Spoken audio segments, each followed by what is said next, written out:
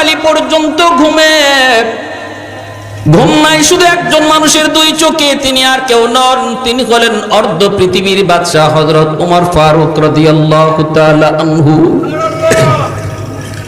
Medina শরীফ থেকে তিনি বের হয়ে গেছেন, মদিনা শরীফ থেকে তিনি বের হয়ে একটা বস্তির পাশ দিয়ে তিনি চলতেছেন একা একা, সঙ্গে তার কেউ নাই, খাদেমও নাই, আসলামও নাই। ওনার খাদেমের নাম ছিল আসলাম, যে খাদেম ছিল ওনার গোলাম, এই গোলামকে তিনি আজাদ করে দিয়েছিলেন। আসলাম তখন বলেছে, ওগো আমিরুল মুমিনিন, আপনি আজাদ করেন আর আজাদ না করেন আমি কিছু জানি না, তবে আমি আসলাম সারা জীবন আপনার খাদেম হয়ে থাকবো। আমি আজাদি কি জিনিস বুঝি না, তবে আপনার খেদমত আমি ছাড়বো না, এই দরবার ছাড়বো না। ওমর রাতের অন্ধকারে বের হয়েছেন, একটা এলাকার ভিতরে ঢুকলেন, দেখেন রাস্তার পাশে একটা কুঁড়ে ঘর, এই ঘরের ভিতরে মিটমিট করে একটা আলো জ্বলতেছে। ওমর আলোটা দেখে মনে মনে ভাবতেছেন ঘটনা কি, এত রাতে এই ঘরে আলো জ্বলে কেন? মনে হয় খারাপ লোকের আড্ডা বসেছে। যাই একটু দেখি, ওমর সামনের দিকে আগাইতে লাগলেন।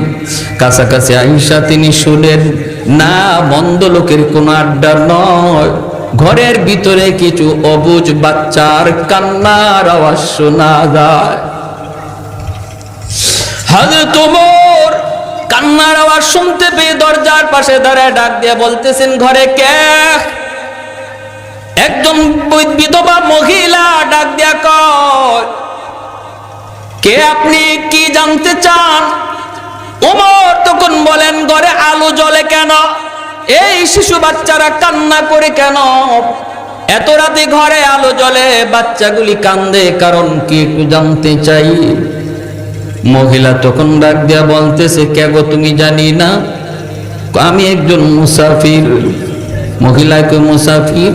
তুমি তোমার রাস্তার পথ ধরে চলে যাও, আমাকে তুমি প্রশ্ন করে আমার মনের ব্যথা বাড়ায়ও না, আমাকে তুমি আর কাঁদায়ও না, প্রশ্ন করে আমার যন্ত্রণা বাড়ায়ও না, তুমি তোমার পথে চলে যাও।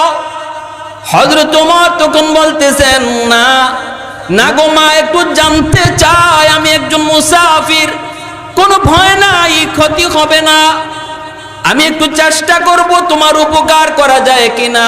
কারণ কি, কেন বাচ্চাগুলি কান্দে আর কেন ঘরের মধ্যে আলো জ্বলে? মহিলা তখন বলতেছে, মুসাফির, এই ঘরটা হলো একজন, তিনটা এতিম বাচ্চা আমার কাছে আমানত।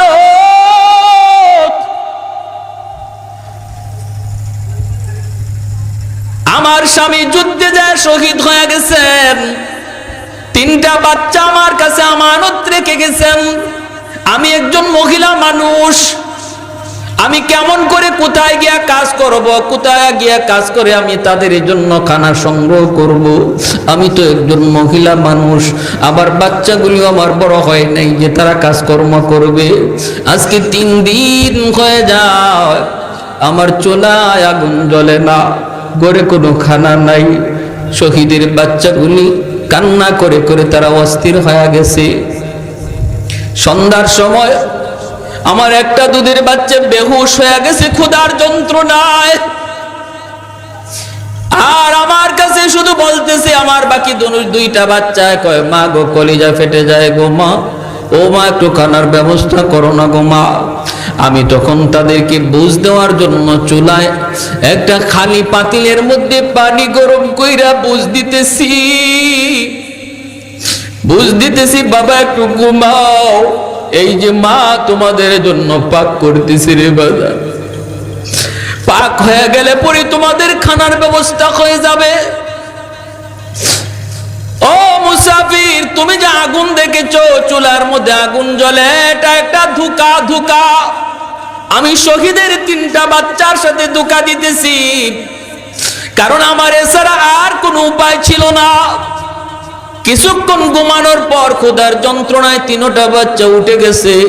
ওইটা তারা বলতেছে, মা গো, এখনো বুঝি তোমার রান্না হয় নাই, মা আমাদের কলিজা চিবাইতেছে। আর কত ঘুমা, একটু দাও না। ও মুসাফির শোনো, তোমাকে সাক্ষী রেখে বলতেছি, মদিনার খলিফা হযরত ওমর ফারুক, তিনি মদিনার খলিফা, আমিরুল মুমিনিন, অথচ শহীদের 3টা বাচ্চা আজকে 3 দিন যাবত খানা খায় না। খলিফার খবর নাই, তিনি খবর নেন না। তোমাকে সাক্ষী রেখে আমি বললাম, আমার একটা বাচ্চার যদি কোনো ক্ষতি হয়, কিয়ামতের ময়দানে আমি ওমরের গলায় গামছা লাগাইয়া আল্লাহর দরবারে হাজির করব। আমি ওমরকে আল্লাহর আদালতে আসামি বানাবো, গলার মধ্যে গামছা লাগাই আল্লাহর দরবারে হাজির করব। এই কথা শোনা মাত্রই হযরত ওমর আর দাঁড়ানো অবস্থায় নাই, পশমগুলা দাঁড়ায় গেছে, শরীরে কাঁপুনি শুরু হয়ে গেছে। হযরত ওমর নিজের পরিচয় দেন না, পরিচয় না দিয়া দরজার বাহিনী, শরীর কাঁপতেছে ভয়ে, চোখ দিয়ে দর দর করে উমরের পানি পড়তেছে। উমর কান্দেন আর বলেন, মা গো, ও মা, তুমিও তো একটু খবর দিতে পারতা, কারণ তিনি তো খলিফাতুল মুসলিমিন, কত ব্যস্ততা থাকে গো মা, একটু খবর তুমিও তো তারে দিতে পারো, দিলে তো উনি হয়তো ব্যবস্থা করত। মহিলায় তখন কয়, মুসাফির, জানি না তুমি কোরআন হাদিসের কদ্দুর জ্ঞান রাখো, তুমি কি আমার নবীর হাদিস জানো না? আমার নবী বলেছেন, খলিফার দায়িত্ব হলো তার প্রজার খবর নেয়া, বাদশার দায়িত্ব হলো তার জনগণের খবর নেয়া। আমার নবী এই কথা বলেন নাই, জনগণ বাদশারে খবর দেওয়া। এই কথা আমার নবী বলেন নাই। তুমি কি হাদিস জানো না? ওমরের আসমান ভেঙ্গে যেন মাথায় পড়লো। হায়, মহিলা তো নবীর হাদিসও অনেক জানে। কাপ শুরু হয়ে গেল, অর্ধ পৃথিবীর বাদশা ওমর দৌড় শুরু করে দিলেন, মদিনার দিকে দৌড়। রাত গভীর, সবাই ঘুমায় রইছে। বাইতুল মালের সামনে এসে ওমর ডাক শুরু করে দিলেন, তোরা কে কোথায় আছো রে? কে কোথায়? তাড়াতাড়ি করে তোরা বাইতুল মালের চাবি তো তালাটা খুল। দৌড়ায়া খাদেম খুদ্দাম বের হয়ে গেল। এত রাত্রে খলিফার আওয়াজ, দৌড়ায় বের হয়ে গেল। দিয়ে বলতেছেন, বাইতুল মালের তালা খুলো, তালা খুলো। চাবি দিয়া তালা খোলার পর ওমর ভিতরে ঢুকলেন। দর দর করে পানি পড়তেছে, দাড়ি ভিজা ভিজা, জমিনে পানি পড়ে। কর্মচারী সহ ম্যানেজার সবাই অবাক হয়ে বলতেছে, খলিফাতুল মুসলিমিন, ঘটনা কি একটু বলেন? হযরত ওমর বলতেছেন, আমারে তোমরা কথা কয় না, সময় তোমরা নষ্ট করায় না গো, তাড়াতাড়ি করে একটা আটার বস্তা আমি ওমরের মাথায় তুইলা দাও। একটা আটার বস্তা আমি ওমরের মাথায় তুইলা দাও। খাদেম কয়, হুজুর আমি মাথায় নেই। ওমর বলে, রাখ, মাথায় দিবি না। কিয়ামতের ময়দানে উমরের গলায় যখন রশি লাগবে, কেউ সামনে আইবা না। সেদিন উমরের উপকারের জন্য কেউ সামনে আসবা না। অতএব আটার বস্তা কেউ মাথায় নিও না, আমি উমরের মাথায় উঠাও। আসলাম দৌড়ে আসছে, হুজুর একটু কন। হুজুর বলতেছে, তাড়াতাড়ি করে আসলাম, তুই কিছু গোশত আর কিছু রুটি নিয়ে আমার পিছনে পিছনে দৌড়ারে, আর আটার বস্তাটা আমার মাথায় উঠায় দে। খলিফাতুল মুসলিমিন, অর্ধ পৃথিবীর বাদশাহ উমর আটার বস্তা মাথায় লইয়া মদিনা থেকে কুলির মতো দৌড় শুরু করলেন। পিছনে পিছনে আসলাম দৌড়ায়। শাসক গোষ্ঠী বলেন আর প্রশাসন বলেন আর দায়িত্বশীল বলেন, যে যেখানে যেই পদে দায়িত্বশীল, ভালো করে ইয়াদ রাখো, দায়িত্ব পালন করা শিখা গেছেন অর্ধ পৃথিবীর বাদশা ওমর। কিভাবে নিজের দায়িত্ব পালন করতে হয়, যদি এইভাবে দায়িত্বশীল তাদের দায়িত্বকে আমানত জানতো, তাহলে দেশের অবস্থা, বিশ্বের অবস্থা, সমাজের অবস্থা এত খারাপ হইতো না। ঠিক কিনা জোরে কর ভাইয়েরা, বন্ধুরা। ওমর দৌড়তে দৌড়তে ওই জায়গায় দরজার সামনে যায় হাজির। ডাক দিয়ে বলতেছেন, মা গো, ও মা, মা তুমি দরজাটা একটু খোলো, তুমি একটু পর্দার আড়ালে থাকো, আমি কিছু আটা নিয়ে আসছি, কিছু খাবারের ব্যবস্থা করেছি। হযরত ওমর তিনি যা বলতেছেন, আসলাম রে, ও আসলাম, তাড়াতাড়ি করে তুই গোশতটা বের কর, গোশতটা বের করে নগদ নগদ রুটিটা দি, আর আমি চুলায় আগুন জ্বালাই, আমি চুলায় আগুন জ্বালাই, তুমি কাইগুলি মাখাও। হযরত ওমর জীবনে কোনোদিন এইভাবে চুলায় আগুন জ্বালান নাই। চুলায় আগুন জ্বালাইতে যায় কয়বার আগুন নিবে, কয়বার জ্বলে, ধোঁয়াগুলি তার দাড়ির ভিতরে ঢুকে, চোখগুলি লাল হয়ে যায়, তবুই কষ্ট করতেছেন, চোখের পানি ধরাইতেছেন, আর বলেন মালিক তুমি দেখতেছো গো মালিক, ও মালিক এতটুকু কষ্ট নয়, আমি ওমর গলা থেকে রশি ছাড়ানোর জন্য আরো কষ্ট করতে রাজি। যেরকম সুবহানাল্লাহ। হাসরের মাঠে তোমার আদালতের আসামি হওয়া থেকে বাঁচার জন্য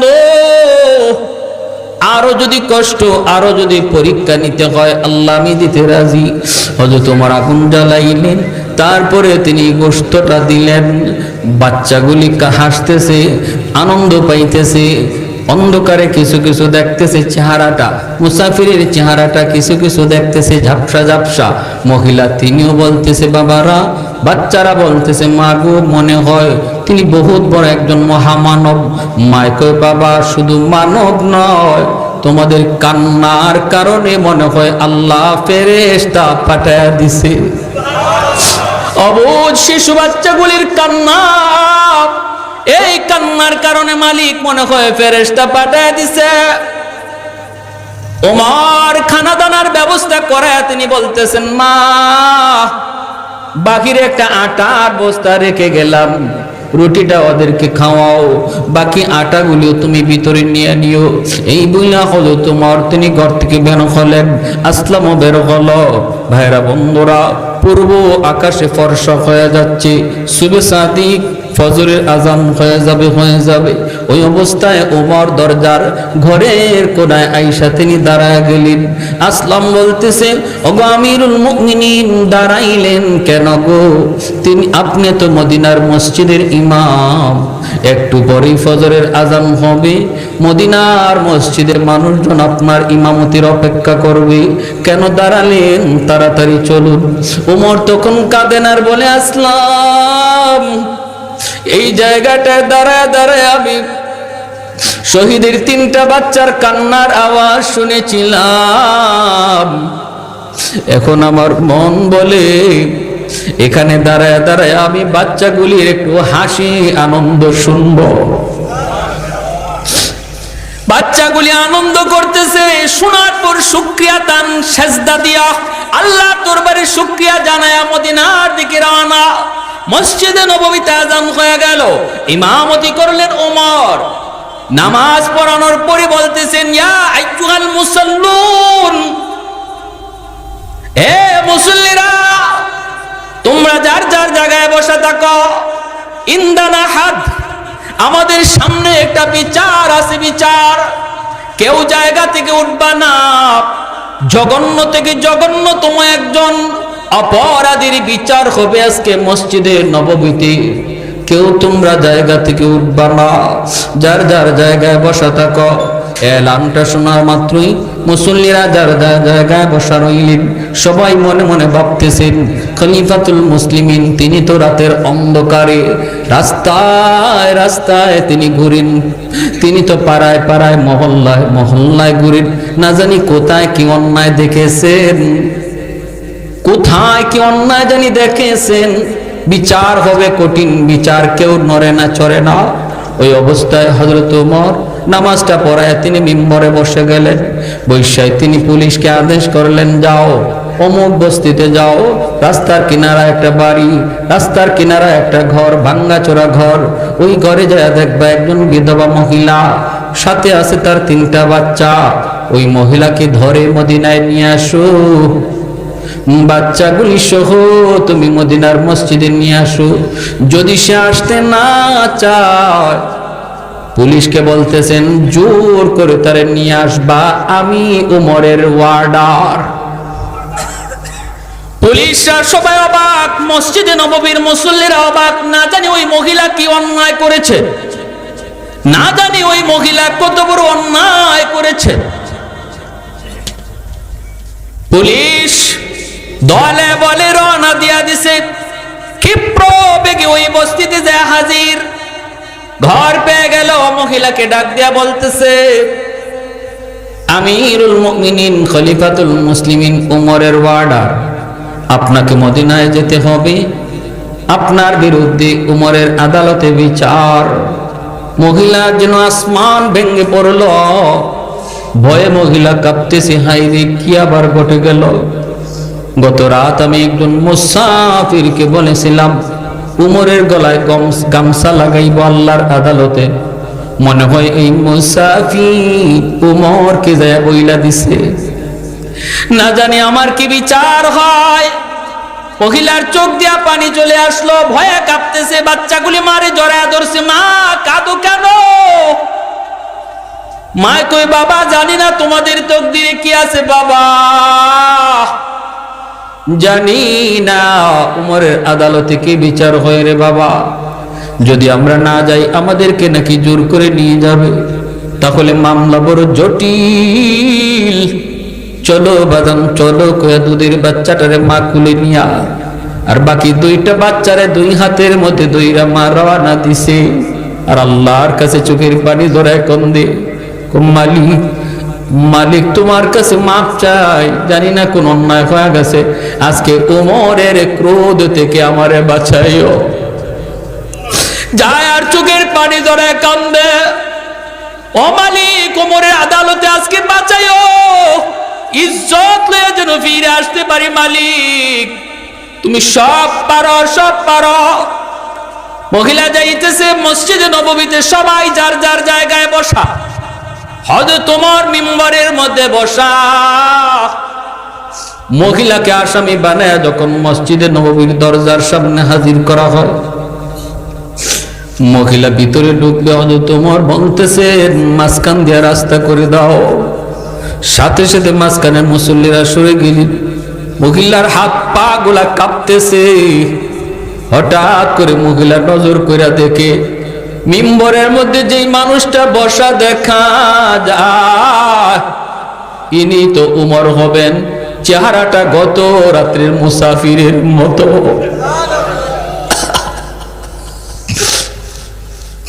হায় রে, বিচার বুঝি আরো জটিল।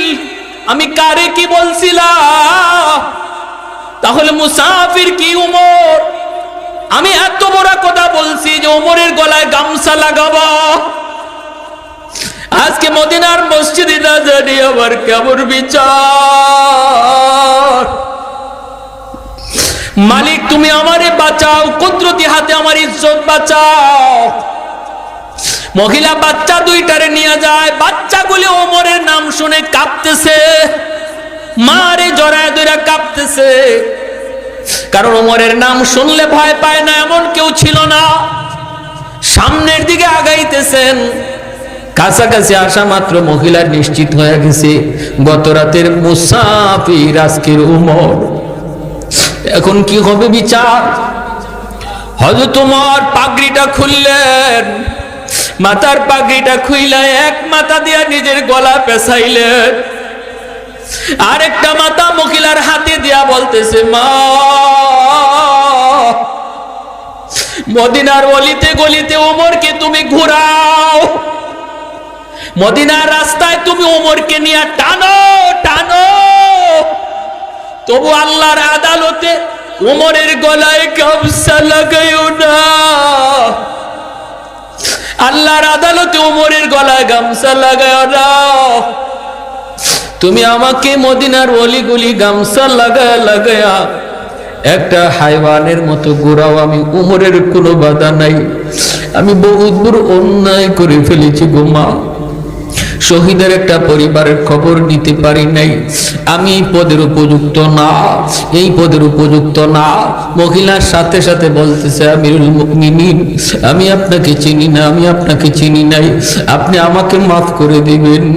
আজ বুঝলাম কেন মায়ার নবী বলেছেন আমার উমর আমার গোটা উম্মতের জন্য রহমত। আজ আমি বুঝেছি আমার নবীর ওই কথা, আমার উমর উম্মতের জন্য রহমত, রহমত। আপনি আমাকে মাফ করে দিয়েন, আপনার উপরে আমার কোনো অভিযোগ নাই, কোনো অভিযোগ নাই। এই কথা বলতে উমর চোখের পানি মুছে আর মিম্বরে দ্বারা বলতেছে, মুসল্লিয়ানে কেরাম শোনো রে, রাজত্ব পরিচালনা করার মতো যোগ্যতা উমরের নাই। আমি এই রাজত্ব আর চালাইতে চাই না, আর গলায় গামছা লাগাইতে চাই না, চাই না। তোমরা যারে খুশি বাদশা বানাও, যারে খুশি খলিফা বানাও, আমি উমর এই মুহূর্তে খলিফাতুল মুসলিমিন থেকে ইস্তেফা দিলাম। সাথে সাথে একজন দাঁড়ায় গেল, দাঁড়ায় বলতেছে, আমিরুল মুমিনিন ইস্তেফা দেওয়ার প্রয়োজন নাই, আপনি আপনার দায়িত্বে থাকেন। যতদিন পর্যন্ত আপনি কোরআন হাদিস মোতাবেক, আমার নবীর আদর্শ মোতাবেক দেশ পরিচালনা করবেন, আপনার পাশে আমি থাকব, আপনার পাশে আমরা থাকব। আর যেদিন থেকে আপনি এক চুল পরিমাণ আমার নবীর আদর্শ থেকে সরে যাবেন, ওই দিন আমি এই তলোয়ার দিয়া আপনাকে সোজা কইরা দিব। সাথে সাথে উমর বলেন, আলহামদুলিল্লাহ। এমন যদি মানুষ থাকে তাহলে উমর রাজত্ব চালাইতে একটু সাহস পাবে। যেরকম সুবহানাল্লাহ। ফারুক তেরা নাম সে ইসলাম রহেগা, फारूक तेरा नाम से इस्लाम रहेगा, दुनिया की अदालत में तेरा नाम रहेगा, दुनिया की अदालत में तेरा नाम रहेगा, सिद्दीक तेरा नाम से इस्लाम रहेगा, दुनिया की सदाकत में तेरा नाम रहेगा, उस्मान तेरा नाम से इस्लाम रहेगा, दुनिया की सखावत में तेरा नाम रहेगा, हैदर तेरा नाम से इस्लाम रहेगा, दुनिया की शजात में तेरा नाम रहेगा, दुनिया की शजात में तेरा नाम रहेगा। একটু জোরে সুরে বলি আল্লাহু আকবার, আর একটু জোরে আল্লাহু আকবার। এজন্য আল্লাহ পাক রব্বুল আলামিন কয়, প্রত্যেকেই তোমরা দায়িত্বশীল। দায়িত্ব জিনিসটা অনেক বড়, অনেক বড়। এই দায়িত্বের ব্যাপারে আল্লাহর কাছে সবাইকে জবাব দেওয়া লাগবে। দায়িত্ব ছোট হোক বড় হোক, সকল দায়িত্বের ব্যাপারে আল্লাহর কাছে জবাব দেওয়া লাগবে, ঠিক কিনা? আলা কুল্লুকুম রাইন ওয়া কুল্লুকুম মাসউলুন আন রাইয়াতিহি। ভাইরা বন্ধুরা, এজন্য ওয়ার্ডটা হলো মেম্বারের কাছে আমানত, ইউনিয়নটা হলো চেয়ারম্যানের কাছে আমানত, এমপির আসনটা হলো এমপির কাছে আমানত, ডিপার্টমেন্ট হলো মন্ত্রীর কাছে আমানত, দেশটা হলো প্রধানমন্ত্রীর কাছে আমানত। আওয়াজ দিয়ে বলেন ঠিক কিনা? মাদ্রাসা হলো মুহতামিমের কাছে আমানত, ছাত্রগুলি হলো উস্তাদের কাছে আমানত, মুরিদগুলি হলো পীরের কাছে আমানত। এমনি ভাবে আমার আপনার সন্তানগুলি বাপ মার কাছে বহুত বড় আমানত। যদি এই আমানতে খেয়ানত করো আল্লাহর গোলাম, হাসরের মাঠে এই সন্তান মা বাবাকে আসামি বানায় দিবে। যেই সন্তানের ব্যাপারে বাপ মা এই আমানতদারি রক্ষা করেছে, হাসরের মাঠে আল্লাহ পাক ওই বাপ মারে ডাক দিবে, কোথায় হাফেজে কোরআনের বাবা? আজকে সালেহ আহমদ তাকরিম সারা বিশ্ব জুড়ে কোরআনের প্রতিযোগিতায় 3 নাম্বার হইয়া বাংলাদেশের সুনাম বয়ে এনেছে, বাংলাদেশের ইজ্জত বাড়াইছে, বাংলাদেশের নাম বিশ্বে পরিচিত করেছে, ঠিক কিনা জোরে বলেন? আজকে বাংলার মুসলমানের ইজ্জত, বাংলার মাদ্রাসাগুলির সুনাম সালেহ আহমদ তাকরিমের মতো সন্তান মাদ্রাসায় জন্ম দেয়, শিক্ষা দেয়, ঠিক কিনা? ভাইরা বন্ধুরা, কিয়ামতের ময়দানে এমন হাফেজে কোরআনের বাপ মারে আল্লাহ ডাক দিবে, কোথায় তাকরিমের বাপ মা? কোথায় আব্দুর রহিমের বাপ মা? কোথায় আব্দুল করিমের বাপ মা? কোথায় তোমরা আসো? অথচ নবীর বাপ মারে আল্লাহ ডাক দিবে না, ওলির বাপ মারে আল্লাহ ডাক দিবে না। আল্লাহ ডাক দিবে, কোথায় হাফেজে কোরআনের বাপ মা? কোথায় আলেমের বাপ মা? সমাজ চলতেছিল একদিকে, সমাজ বলছিল ডাক্তার বানাও, সমাজ বলছিল ইঞ্জিনিয়ার বানাও, সমাজ বলছিল তারে প্রফেসর বানাও, সবাই চলছে একদিকে, কিন্তু তোমরা বাপ মা ভিন্ন লাইনে চলছো। আমি আল্লাহরে খুশি করার জন্য কোথায় আজ আসো? আমি আল্লাহ নিজের হাতে পাগড়ি পরাবো। মান করা আল কুরআন ওয়া আমিলা বিমা ফিহি উলবিসা ওয়ালিদাহু তাজান ইয়াউমাল কিয়ামা। ওই পাগড়ি নবীর বাপ মারে পরাবে না, কোন ওলির বাপ মারে আল্লাহ পরাবে না, কিন্তু একজন হাফেজে কোরআনের বাপ মা, ওই সন্তান যেই সন্তানের ব্যাপারে বাপ মা আমানতদারি রক্ষা করেছে, ওই বাপ মারে আল্লাহ নিজের হাতে হাসরের মাঠে পাগড়ি পরাবে। দাউহু আহসানু মিন দাউইশ শামস। যেই পাগড়ি আর মুকুটের পাওয়ার নবী বলে সূর্যের চেয়েও বেশি পাওয়ারফুল হবে। ভাইরা বন্ধুরা, এজন্য যারা এই মাদ্রাসায় সন্তান দিয়েছো, বাপ মা ঠকেন নাই। বাবা মা যারা সন্তান মাদ্রাসায় দিছো, ঠকেন নাই, বরং জিতছেন। ঠিক কিনা? আর একটু জোরে বলেন ঠিক কিনা? ভাইরা বন্ধুরা, এজন্য বলতেছি রে ভাই, মনটারে বড় করেন। সমাজের মানুষকে কি বললো সেদিকে আমার দেখার বিষয় নয়। সন্তানের কামাই দিয়ে আমি চলবো, এই নিয়ত বাদ দেন।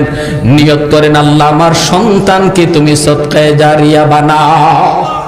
আমার মৃত্যুর পর যেন আমার জানাজা পড়ায়, আমার মৃত্যুর পর যেন সন্তান আমারে গোসল দেয়, আমার মৃত্যুর পর যেন আমার সন্তান ইয়াসিন কবরের পাশে পড়ে। জানাজার নামাজ ইমাম সাহেব পড়াইলে চোখ দিয়া পানি আসবে না, মাদ্রাসার উস্তাদ পড়াইলে চোখ দিয়া পানি আসবে না। সন্তান বাবার জানাজার পাশে দাঁড়াইয়া যখন কইব মালিক, সাথে সাথে দর দর করে চোখ দিয়ে পানি চলে আসবে। কত বাচ্চা কোরআনের সবক নেওয়ার সময় হাউমাউ করে কান্দে আর কই, হুজুর আজকে আমার আব্বা দুনিয়ায় না। বন্ধুরা, কোরআনের সবক নেই, বাবা উস্তাদদের মিষ্টি খাওয়ায়। আজ যদি আমার আব্বা দুনিয়া থাকতেন, আমার বন্ধু বান্ধব উস্তাদদেরকে মিষ্টি খাওয়াইতেন। কবরের পাশে গিয়া কই, বিসমিল্লাহির রহমানির রহিম। হাকিমুল উম্মত নবী আলাইহির রহমা লিখেন, কবরের ভিতরে বাবার আযাব হইতেছে। আল্লাহ পাক আযাবের ফেরেশতারা কয়, ফেরেশতারা আযাব বন্ধ কর। আমার বান্দার ছোট্ট বাচ্চাটা কবরের পাশে দাঁড়ায় কয়, আমি আল্লাহ নাকি রহমান, আমি নাকি রহিম, আমার দয়া মায়ার নাকি কুল কিনারা নাই। যার বাচ্চায় আমারে রহমান কয়ে ডাক দেয়, আমি আল্লাহ তার বাবারে মারতে পারি না, আমি আল্লাহ তার মার কবরে আযাবে দিতে পারি না। সার্থক হয়ে যাবে বাপ মার সন্তান জন্ম দেওয়া। এমন একটা সন্তান যদি বানাইতে পারো রে ভাই, এজন্য বলতেছি ঘরে ঘরে কোরআনের হাফেজ তৈরি করো। আল্লাহ জগতের হায়াত আল্লাহ বাড়ায় দিবি, আল্লাহ রহমত নাজিল করবে। ঘরে ঘরে কোরআনের হাফেজ তৈরি করো, ঘরে ঘরে সালেহ আহমদ তাকরিম তৈরি করো। আল্লাহ আল্লাহ এই গোটা সমাজটারে কুদরতিভাবে নিরাপত্তা দান করবে। কোরআনের হাফেজের ইজ্জত হবে, আলেমের ইজ্জত হবে, কুদরতিভাবে আল্লাহ নিরাপত্তার বেষ্টনী দিয়ে রাখবে। কোরআন মা হুয়া শিফাউ ওয়া রাহমা। আল্লাহ বলেন কোরআন জগতের জন্য রহমত। যেই সমাজে কোরআনের দাম আছে, যেই সমাজে মাদ্রাসার সুনাম আছে, যেই সমাজের মানুষ মাদ্রাসারে কদর করে, মাদ্রাসার ছাত্র উস্তাদকে মহব্বত করে, শ্রদ্ধা করে, আল্লাহ রাব্বুল আলামিন বলেন ওই সমাজে আমি আল্লাহ গজব দূর রাখি, রহমত নাজিল করি। আলহামদুলিল্লাহিল্লাযী হাদানা লিহাযা ওয়া মা কুন্না লিনাহতাদিয়া লাওলা আন হাদানাল্লাহ লাকাদ জাআত রাসূলু রাব্বিনা বিল হক রব্বানা যালামনা আনফুসানা ওয়া ইল্লাম তাগফির লানা ওয়া তারহামনা লানাকুনান্না মিনাল খাসিরিন রব্বিরহামহুমা কামা রাব্বায়ানি সগীরা রব্বিরহামহুমা কামা রাব্বায়ানা সগীরা। রব্বুল আলামিন, আল্লাহ কুদরতি নজরে তুমি তাকায় দেখো। আয় আল্লাহ, গরমের ভিতরে তোমার বান্দারা বসে বসে তোমার কথা, তোমার হাবিবের কথা, কোরআনের কথা, হাদিসের কথা কেমনে শুনতেছে গো আল্লাহ। আল্লাহ কষ্ট হইতেছে, ঘরে পর গেলে পরে ফ্যানের বাতাস পাবে, আই আল্লাহ ফ্যান ছাড়া গরমের মধ্যে বসা শুধু তোমাকে রাজি করার জন্য, শুধুমাত্র তুমি মাওলাকে রাজি করার জন্য, দুনিয়ার কোনো কিছু পাওয়ার জন্য না। আল্লাহ আমাদের এই বসার উপর তুমি রাজি হয়ে যাও। আল্লাহ আমাদের এই আশা বসা তোমার কোরআন হাদিসের কথা শোনাকে নাজাতের উসিলা বানায় দাও। মাওলা জানি না কার জানি আমার মতো দুঃখিনী মা দুনিয়ায় নাই। যার মা নাই সে জানে মা কত বড় নিয়ামত, যার বাবা নাই সে জানে বাবা কত বড় দৌলত। যার বাবা আছে ঘরে গিয়ে আব্বা করে ডাক দে, যার মা আছে ঘরে গিয়ে আম্মা করে ডাক দে। আমার মতো যার মা নাই আজকে মাসকে মাস বছরকে বছর আম্মা করে ডাক দিতে পারি না। আয় আল্লাহ যে মা 10 মাস 10 দিন পেটে রাখলো, আয় আল্লাহ প্রসাব করেছি বিছানা বিছিয়ে দিছি, মা বিজা বিছানায় শুইয়া আমাকে বুকের উপর রাইকা সারাটা রাত কাটায় দিছে। আয় আল্লাহ ঘর থেকে বের হয়ে গেছি গুসা করে, সবাই ঘুমায় পড়ছে, দুঃখিনী মা ঘুমায় না। দরজার পাশে দাঁড়ায় দাঁড়ায় গভীর রাত পর্যন্ত আমার অপেক্ষা করছে। আল্লাহ ওয়াজ শেষ করে গভীর রাতে বাড়িতে যায় পৌঁছতাম, দেখতাম মা তখনও সজাগ। আয় আল্লাহ রাস্তায় কতবার মার ফোন আসতো, আয় আল্লাহ এখন আর কেউ ফোন দেয় না। মার রুমে যায় আর বাতি জ্বলতে দেখি না। সন্তান ডাক দিয়ে কই মাগো তুমি এখনো বুঝি ঘুমাও নাই? মায় কই বাজান তোমারে বাহিরে রাইখা আমি মা কেমনে ঘুমাই রে বাজান। এমনও মার কোলে যায় যে সন্তানরা ব্যথা দিতেছে, আল্লাহ তুমি তাদেরকে সহি বুঝ দাও। এমনও বাবার কোলে যায় যে সন্তান ব্যথা দেয়, আল্লাহ তুমি বুঝ দাও। অনেক বাপ